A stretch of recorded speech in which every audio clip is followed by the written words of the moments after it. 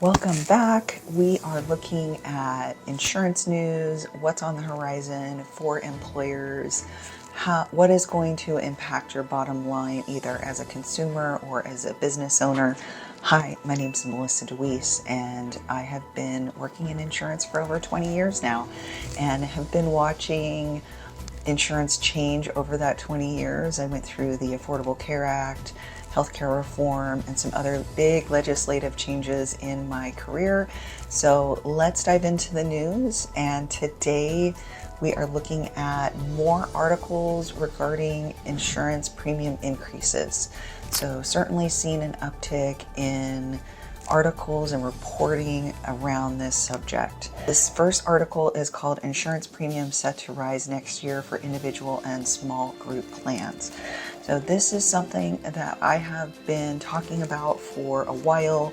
I've got a couple of graphs here on basically consumer price index inflation in comparison to medical inflation. And what we saw is medical inflation really plummeted or really was low during the pandemic. So 2020, 2021, 2022, we saw very low medical inflation. 2023, we saw an uptick, and projections thereafter were that there's going to be a crossover in the graph, meaning that for the first time in 30 years, consumer price index inflation was higher than medical inflation. So we had very, very low consumer price index inflation for a long time. Then in 2023, we saw that trend of consumer price index inflation being lower. Traditionally, it's been lower than medical inflation. Medical inflation is the cost basically of your insurance, the cost of which includes all of the categories of hospital costs, prescription drug costs, laboratory, costs of going to the doctor in general and seeking healthcare. And traditionally that is quite a bit higher than consumer price index inflation, and we have seen that flip. So medical inflation was so low, or on average lower than it had been in the last 30 years, and consumer price index inflation started to trend upward, that they crossed each other on the graph. So we saw consumer price index inflation exceed medical inflation. And that is a trend that cannot go on forever. And we would expect as insurance professionals that consumer price index inflation will pull up medical inflation. So it's eventually catching up, and we are seeing the actuaries and underwriters come back in the insurance market and say, hey, everything's gone up. You know, us as consumers know it. Our grocery store bills are higher, and certainly parts are more expensive for cars. Building materials are a heck of a lot more expensive than they were in 2019. So when these costs of replacing goods that are insured and buildings that are insured and health insurance, everything else is going to go up as well. So that's what this article is hinting at. So people who get their insurance through individual and small group marketplace will see their premiums rise by an average of 12.7% and 8.4% next year, the Department of Financial Services announced Friday. So they negotiate with the insurance carriers ahead of time.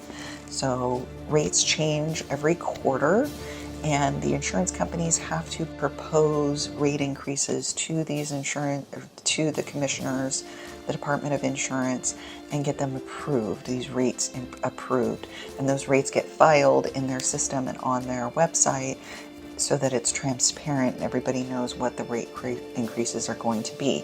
And those rate increases are based off of an individual's zip code and their age. That's it. it's not based off of medical history or anything like that when we're talking about health insurance. Rate hikes are less than what insurance companies ask for, but signal New York is well out of the post-pandemic days of meager raises for its underwriters. So this article is specific to New York, but it is a example of what is going on in basically every state right this moment. New individual rate is 4 percentage points below what insurers requested, saving $87 million for the roughly 260,000 New Yorkers with those plans, according to the department. So remember, insurance companies are pros at negotiating. They are no stranger to negotiations. They are really, really good at it. They're some of the best. They know that you ask for more than what you need. So if you need a 10% increase, you know you could probably negotiate a 5% increase, somewhere in the middle, right? Or if they propose a 12% increase and the state wants them to do 3%, they are going to fall somewhere in the middle. Not only is this a tradition in negotiations, it also makes the commissioner's office look good. So you'll notice in this article, they tout how much money they have saved the consumer. As if they weren't there, the insurance company was just going to gouge everyone and make off with all of your money, which is not the case as long as we have a competitive market. If we increase regulation year over year, we are going to drive competition out of the market. If we have a healthy competitive market, then there's not going to just be a handful of insurance companies. There's going to be multiple insurance companies, and sure, maybe one is charging 35% more than they need to, or they are inefficient, or their admin is inefficient, their systems are inefficient, their employees are inefficient, or they're overpaying their employees. There's something wrong with their business where they're charging people more. And perhaps a more efficient way of offering insurance or processing claims comes into the market, and that new competitor is able to cut rates and save everyone 5%. That happens in a healthy market situation. And at some point, regulation gets to be, I'm not saying don't have any regulation, I'm just saying as we pile on regulation over time, it is going to drive out the businesses that want to bring products to customers. It's just going to make it too hard, and in this case, it seems to have developed into a little bit of a song and dance that the government does with the insurance companies. So the government pats themselves on the back and say, yay, we've saved you so much money, and if we weren't here, you would have been overcharged. Where I disagree with the premise. I disagree, if you weren't there to begin with and you just let the market do its own pricing and come up with its own pricing in a competitive environment, you wouldn't have to negotiate like this. So I digress. The new individual rate is 4%. 4 percentage points below what insurers requested, saving $87 million for roughly 260,000 New Yorkers. Some New Yorkers who get their insurance through New York State of Health and state's health insurance market will see lower premiums thanks to federal tax credits the agency set. So because these people are falling within a certain income range, they qualify for subsidies. Last year, 65% of the people enrolled in individual plans through state of health received credit. So anyone who's enrolled on an exchange with their state is going to receive tax credits as long as they make under a certain income threshold. Rates for small group plans, which cover businesses with fewer than 100 employees, are less than half the average. 18.6% increases insurers requested. That will save $766 million for the 700,000 employees enrolled in small business plans, according to the agency. Tax credits like the small business healthcare tax credit could lower premiums for eligible small businesses. So there are certain guidelines that employers can fall within to save money on tax credits and get money back through the Affordable Care Act guidelines. So the hikes do not apply to the 1.3 million New Yorkers enrolled in the Essential Plan. So this is outside of the Essential Plan, is basically for the marketplace and the state's coverage option for lower income residents. I would imagine that they play with these numbers with the insurance companies. So the Essential Plan is one that the state pays for at 100%, and those people enrolled are not charged a premium. So that is certainly a chip on the table when they're negotiating with these insurance companies. And the insurance companies might have said, hey, we have to increase this plan by 30%. Sorry. But these other plans that the consumer, that your residents are going to see, that needs to go up by 18%. And then the state might have come back and negotiated from there. So they might be loading some of those cost increases into the rates that the residents really aren't seeing or subject to, but you are paying them through your taxes. So you're either getting it on the premiums or you're getting it on the taxes. The rate increase for individual rates is roughly the same as last year's 12.4% hike. The small group rate bump is marginally higher than 7.4% increase in 2024. The increases have begun to plateau in recent years after rising from record lows in the aftermath of the pandemic. In 2021, the individual rate increase was 1.8%, and in 2022 it was 3.7%. 12 individual plans and 13 small group business plans requested to change their customers more or charge their customers more. The highest requested rate increase for individual plans was from Emblem Health, which asked for 51% and was granted 35.6%. The hikes insurance companies requested were a reflection of high healthcare costs driven by hospital price increases, prescription drug price increases, and taxes on insurance, said Eric Linzer, President and CEO of New York Health Plan Association, which represents 26 insurance companies across the state. Pharmaceutical companies raised prices on 820 brand name drugs in 2024, according to Linzer.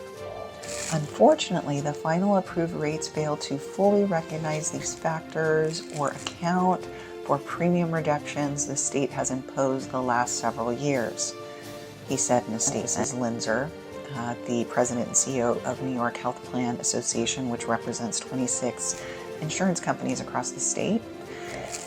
He said several bills recently passed by state lawmakers would also impact healthcare costs, but were not factored into the state's final decision. Those include restrictions on the amount plans could charge copays or cost sharing. Cost which would also now be borne by insurance companies if approved by Governor Kathy Hochul.